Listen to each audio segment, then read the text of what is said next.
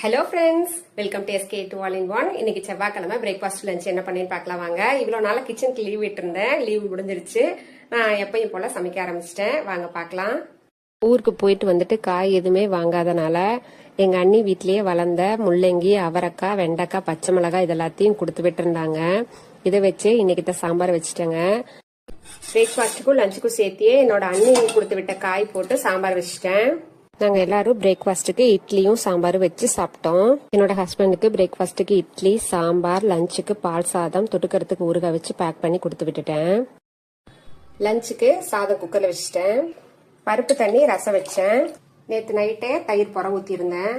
ஆனால் நாங்கள் பிரேக்ஃபாஸ்ட் சாப்பிட்டதோடு சரி, லஞ்சு என்னோட பெரிய பையன் மட்டும் சாப்பிட்டான். நானும் என்னோட ஹஸ்பண்டுக்கு பெரட்டின தயிர் சாதம் கொஞ்சம் இருந்தது, அது சாப்பிட்டேன். பிரேக்ஃபாஸ்ட் சாப்பிட்டு முடிச்ச உடனே நான் என்னோட கிளீனிங் ஒர்க் ஸ்டார்ட் பண்ணிட்டேன்.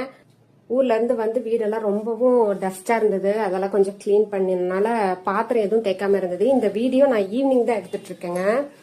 டீ போட்டு குடிச்சு முடிச்சுட்டு பாத்திரம் எல்லாத்தையும் தேய்ச்சி முடிச்சு அடுப்பெல்லாம் கிளீன் பண்ணேன். டிவி புதுசா வாங்கியாச்சு. டிவி ஃபிட் பண்ண வராங்கன்னொன்னே இந்த டேபிள் மேல இருக்கிற எல்லா திங்ஸையும் வெளியில இருக்கிற கட்டல் மேல என்னோட ஹஸ்பண்ட் போட்டு வச்சிட்டாரு.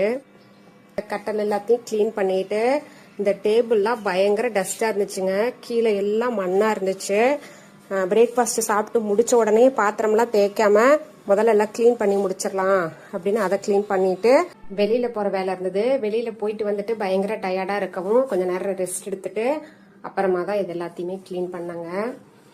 நைட்டுக்கும் சாம்பார் இருக்கு, ரசம் இருக்கு, சாதம் கொஞ்சம் இருக்கு, பத்தாதுன்ட்டு ஒரு டம்ளர் அரிசி ஊற போட்டிருக்கேன். சாதம் வச்சு நைட்டுக்கு இதையே சாப்பிட்டுட்டு விட்டுருவோம். இந்த வீடியோ உங்களுக்கு பிடிச்சிருக்குன்னு நினைக்கிறேன். தேங்க்யூ.